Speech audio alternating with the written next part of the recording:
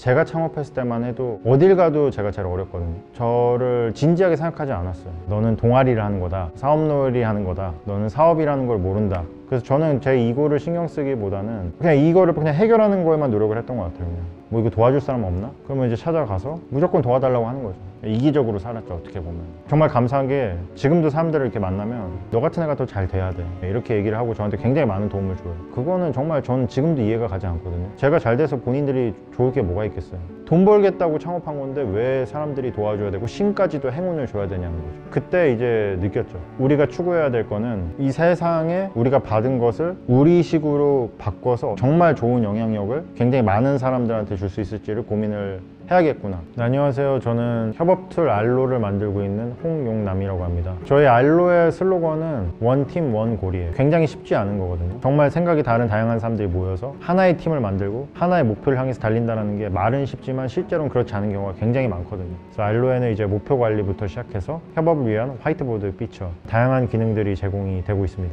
지금 현재 전 세계 40만 명 이상의 고객들이 알로를 활용하고 계시고 주요 투자자로는 줌, 에이티넘 인베스트먼트, 스마일 게이트 인베스트먼트, 2014년에 저희가 창업을 해서 5년 동안 한국에서 온라인 화이트보드인 비캔버스를 서비스를 했었습니다.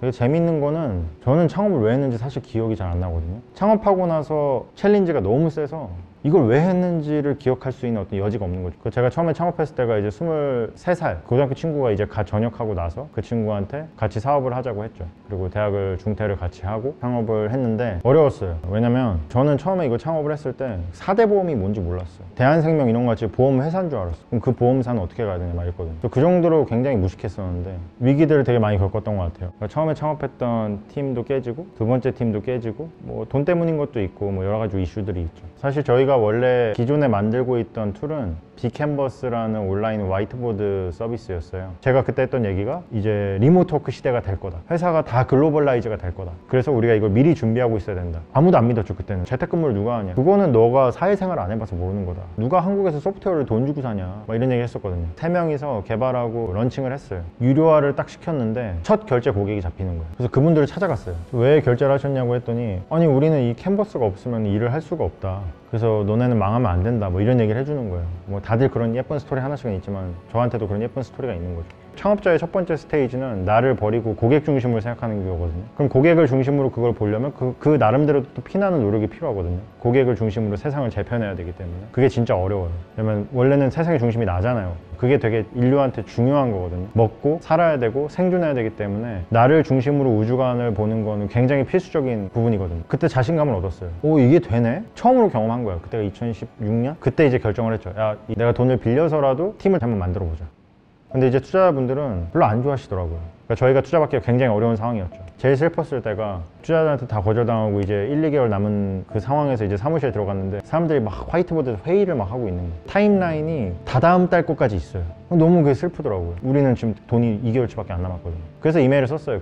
나 홍용남인데 제가 2개월 안에 무조건 투자금을 구해오겠다. 하지만 안 될 수도 있는 거고 나가실 분들은 지금부터 나가셔도 된다. 그 이메일을 쓰고 나서 다 나갔어요. 근데 그때는 제가 이제 부족하다 보니까 원망이 많았어요. 와, 이 사람들이 어떻게 이렇게 할 수가 있지? 근데 사실 인생이란 게 그렇지가 않잖아요. 회사도 안 돼가고 있고 또 일은 또 겁나게 많이 하고 주변 사람들은 다 걱정하고 그러니까 그 사람들은 나간 거예요. 저랑 이제 공동 창업자 딱 이제 2명이 남은 거예요. 아, 그럼 우리가 둘이서 다시 오피스텔 들어가서 옛날처럼 해보자. 창업넷 들어가니까 킹슬리 벤처스라는 데서 사무실을 임대를 해준다는 거예요. 무료로 1년 동안. 거기다 연락을 했죠. 그 사업계획서랑 같이 이렇게 보냈는데 근데 그러고 나서 갑자기 만나자 그러더라고요. 그때 만나 뵙고 킹슬리 벤처스가 만나자마자 저희한테 투자를 바로 해줬어요. 그러면서 이제 94일생으로 살아났죠, 다시. 2017년부터는 굉장히 많은 행운들이 있었던 것 같아요. 진짜 이제까지 없었던 행운들이 그때 와서 다 왔어요. 갑자기 뭐 중국에서 찾아와가지고 너네들 회사 소개를 한번 들어보고 싶다 이래서 갑자기 뭐 브라더 이러면서 자기와 비전이 정확히 일치하는 한국인을 처음 만났다 이러면서 악수하고 그때 갑자기 또 뭐 국내 대기업에서 갑자기 연락이 오는 거예요. 우리 거를 쓰는 데 관심이 있다. 그리고 또 찾아갔죠. 그랬더니 실제로 또 쓰겠다는 거예요. 그때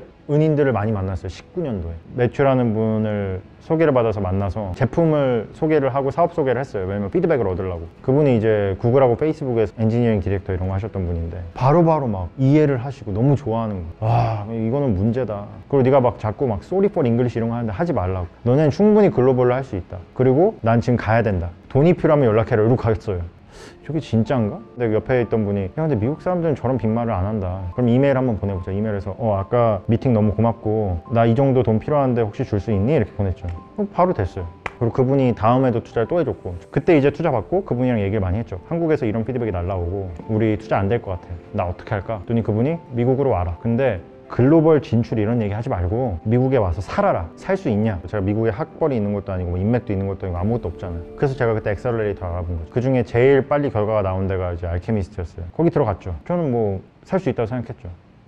미국에서의 현실은 저한테 정말 극악무도했죠. 미국에 딱 오는 순간 바로 그냥 초등학생으로 다시 떨어진 거예요. 그러니까 뭐 예를 들면 뭐 스타벅스에 가도 시원한 커피가 먹고 싶어서 아이스 아메리카노 달라고 그러면 뜨거운 거 줘요. 나는 아이스 시켰는데 이거 나는 뜨거운 거 안 시켰는데 뜨거운 거 나왔어. 계속 이렇게 얘기하는 거예요. 그러니까 애들은 뜨거운 거 뭐 어쩌라고. 뜨겁잖아. 아니 이거 말고 나 아이스 줘. 막 이렇게 했거든요. 그러고 나서 이제 알케미스트 거기서 이제 처음에 발표를 하거든요. 우리가 뭐 하는 회사인지. 꼭 거기서는 뭐 그 스케일을 시켜요. 1점부터 10점까지 이 발표가 좋았는지 안 좋았는지 이런 거. 근데 막 1.2점 주는 거예요. 근데 거기 저희 공동창업자도 있잖아요. 쟤한테 항상 저는 멋있는 존재였거든요. 어디 발표하면 잘하고. 근데 미국 오니까 뭐 말을 못 하는 거예요. 밥 혼자 먹어도 아무도 안 와요, 여기는. 그리고 제가 무슨 얘기 하면 그 불편한 표정이 있거든요, 특유의. 그거 딱 지으면 막 저 바로 위축. 나 싫어하나? 그때 좀 힘들었죠, 이제. 뭔가 좀 처지는 것 같고. 근데 제가 그때 생각했던 게 내가 지금은 좀 미약하지만 이 프로그램이 끝날 때는 내 능력을 충분히 보여주고 싶다. 제가 가진 게 많이 없다 보니까 그 없는 거를 잘 조합해가지고 어떻게든 되게 독특하고 강하게 만들어야 되거든요. 거기에 집중을 하니까 더 뭔가 임팩트 있게 나온 것 같아요. We know we cannot translate everything into text. Text, Slack, current tools we use are not enough. People are starting to imagine the new way we work. 데모데이를 막판에 할 때 저희가 반응이 두 번째로 제일 좋았거든요. 제 발표 영상을 지금도 보면은 그렇게 잘한 것 같지 않거든요. 근데 막 그때 막 사람들이 박수치고 막 와 대단하다 역시 레이몬드다 막 이랬었거든요. 알케미스트에서도 그런 경험들을 하면서 그러고 느꼈죠. 사람들이 뭐 나를 좋아하고 싫어하고 이런 거가 이제 상관이 없다. 사실 내가 어떤 거를 하냐가 중요하고 어떤 걸 보여줄 수 있냐가 중요하고 음식 시킬 때 힘든 거, 커피 시킬 때 힘든 거, 좀 바보 같아 보이는 거 이런 거를 만약에 상관을 하면 그거 하려면 여기 왔으면 안 되는 거죠. 그런 생각을 안 하기로 하고 나서부터는 계속 이제 좀 성장을 했던 것 같아요. 저는 그게 옛날에는 이렇게까지 깊게 생각 안 했는데 내가 이제까지 누렸던 모든 게 공짜가 아니라는 거를 미국 와서 더 느꼈어요. 미국 같은 경우는 진짜 공짜가 없거든요. 뭐 미팅을 요청해도 뭐 15분, 30분 막 이메일 정성스럽게 보내야 돼요. 잠깐만 시간 낼 수 있냐 이렇게. 근데 제가 한국에서 했던 거는 정말 많이 그냥 도와줬던 것 같아요. 그래서 그런 도움이 제일 컸고 거기에 대해서 요즘 생각을 되게 많이 하는 것 같아요. 전설적인 피아니스트 중에 한 명이 블라디미르 호로비츠라고 아시나요? 그분이 굉장히 노인돼서 정말 힘이 다 없어질 때까지도 피아노를 치셨었거든요. 그런데 그분이 피아노 치는 모습을 나중에 뭐 영상을 찾아보시면 너무 행복한 거예요. 근데 저는 저한테 이제 자문을 했어요. 뭐 예를 들면 우리가 임종이 일주일 한 달 남았다고 해도 이 일을 할 건가를 보면 대부분은 전 아닐 거라고 생각을 하거든요. 저는 그게 문제인 것 같아요. 의미 있는 일을 하루하루 하고 있다고 확신을 한다면 나한테 즐거움을 주는 거여야 되는데 그게 아니라 맨날 내가 힘들고 뭔가 고통을 항상 이겨내야 되고 그게 우리를 더 지치게 만들 수 있거든요. 결국에는 서로가 다 멈추게 되면 끝나는 거잖아요. 결국 사람이 하는 일인데. 저는 그래서 건강하고 행복하게 지속 가능하게 이거를 할 수 있게 만드는 힘이 미국 기업가 정신에서는 나름대로의 그런 게 존재가 하는 것 같아요. 2019년까지 온라인 화이트보드 빅캔버스로 사업을 계속 진행을 해왔고 그러던 와중에 이제 2019년에 코로나가 터졌거든요. 코로나 초창기 때 사람들이 저한테 뭐라 했냐면 드디어 너가 말하던 시장이 열렸다. 너네 이제 잘 되겠네. 근데 저는 오히려 그때 안 될 거라 생각했어요. 투자자가 관심을 갖는 거랑 고객이 관심을 갖는 건 다르거든요. 고객들은 관심을 갖는 게 이 리모트 워크를 위한 소프트웨어 이런 거를 찾는 게 아니었어요. 그냥 슬랙, 줌 이런 거에 사용량이 많아진 거죠. 막 새로운 툴을 찾아다닐 여유가 없는 거예요. 왜냐면 일을 하는 것 자체가 중요하니까. 근데 한 1년 정도가 그러고 나서 지나고 나니까 일은 할 수 있게 됐는데 뭔가 좀 결핍됐는데? 그러고 나서 이제 저희가 이제 만들고 있던 게 무엇을 만들고 있었는지에 대해서 조금 더 깊이 고민을 하게 됐어요. 사람들이 화이트보드가 필요하다고 생각을 해서 굉장히 저희를 많이 쓰긴 했거든요. 그때 저희가 10배 이상 성장을 했고 근데 사람들이 대체 왜 우리 거를 쓰는 걸까? 뭐를 원할까? 고객들하고 얘기를 많이 나눈 결과 화이트보드를 원한다고 얘기는 했지만 계속 하다 보니까 나온 것들이 한 미팅 룸에서 화이트보드를 보면서 이제 브레인스토밍하고 회의하고 서로 결과를 만들어낼 때 그때의 경험을 사람들이 되게 그리워하던 거였어요. 그래서 사람들이 실제로 원하는 거는 화이트보드 앱, 그래서 어떤 기능 이런 게 아니라 그때 사람들한테 느꼈던 그런 감정, 가치 이런 걸 원하고 있었구나. 그러면 우린 이 가치를 증폭시키자 차라리. 그러니까 화이트보드로 우리를 규정하지 말고 이 사람들이 이러한 가치를 느낄 수 있게 돕기 위해서 필요한 모든 걸 제공하자. 프로젝트가 이제 알로로 이제 바뀐 거죠. 그 알로는 딱 두 가지 가치가 핵심이에요. 그래서 가시성, 그리고 투명성. 사람들이 사실 제일 두려워하는 게 리모트가 되고 나서 이 사람들이 지금 뭐 하고 있고 바쁜지 안 바쁜지 이런 모든 상황들을 모르기 때문에 소통을 할 수 있는 거리가 없는 거죠. 내가 이거 하고 있고 이번 주 이 정도 됐고 정리할 수 있을 때까지 소통을 유예를 시키는 거. 사실 사람들한테 지금 필요한 거는 소통이 필요한 거고 어떤 창의적인 협업이 필요한 건데 그거를 위해서 필요한 것은 사람들이 눈에 보이고 실제 업무들이 눈에 보이고 사람들과 사람 사이 인터랙션이 눈에 보여야 되고 그리고 그거를 바탕으로 투명성이 전제가 돼야 되는 기업 안에 있는 굉장히 많은 정보들이 사람들이 모두 다 접근할 수 있고 거기서 투명하게 이해를 할 수 있어야 된다. 이렇게 포커스를 맞추고 개발을 해왔습니다.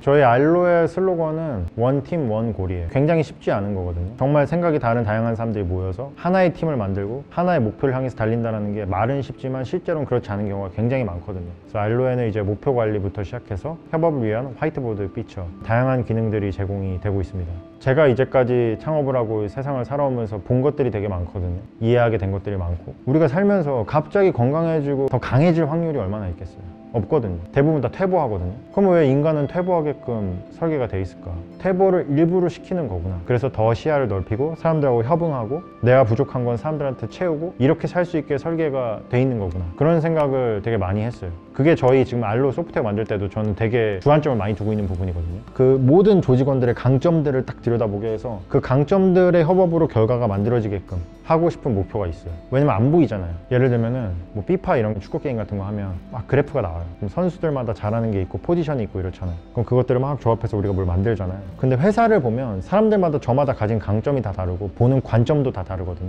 근데 우리는 보통 그거를 묵살하는 경우가 많아요. 그리고 우리 목표는 이거니까 넌 이거 하고 넌 저거 해, 이런 경우가 되게 많거든요. 근데 저는 그건 되게 잘못된 경영 방식으로 앞으로는 될 거라고 생각을 해요. 앞으로는 우리가 실제로 업무를 추진하는 것보다는 어떤 창의적으로 업무를 결정 내려야 되는 게 주요한 시대로 가고 있기 때문에 우리가 풀어야 될 문제는 이건데 너네들의 강점에 맞춰서 이걸 어떻게 풀 수 있을지 의견을 내봐, 이런 식으로 인터랙티브하게 회사가 바뀔 거라고 생각을 하거든요. 저의 사고방식과 회사가 나아가는 방식과 저희 제품이 만들어지는 방식이 지금은 조화가 돼서 저는 굉장히 즐겁게 행복하게 하루하루를 보내고 있고 후회 없이 살고 있어요. 그러니까 저희가 지금까지는 굉장히 시장에서 소극적으로 활동을 했던 것 같거든요. 차근차근 어떤 거를 쌓아 나가고 있는데 갑자기 우리가 너무 다양한 고객들과 다양한 고객층들을 만족시키려고 하다 보면 그 중심이 흐트러질 수가 있잖아요. 근데 지금은 그게 굉장히 모든 게 많이 명확해졌어요. 우리가 누구를 타겟으로 할 거고 우리가 어떤 걸 가치라고 말할 거고 로드맵이 이제는 확실하게 있기 때문에 이제 거기에 집중할 것 같아요. 저희는 고객을 유치하는 것보다는 돕는다고 생각하거든요. 우리가 도울 수 있는 고객들을 많이 만드는 거죠. 그래서 알로를 통해서 많은 회사들이 리모트 워크라는 거를 굉장히 자신감 있게 할 수 있고 또는 회사의 글로벌화도 그러면 쉽게 될 수 있고 저는 그거를 돕는 일을 한다고 생각을 해요.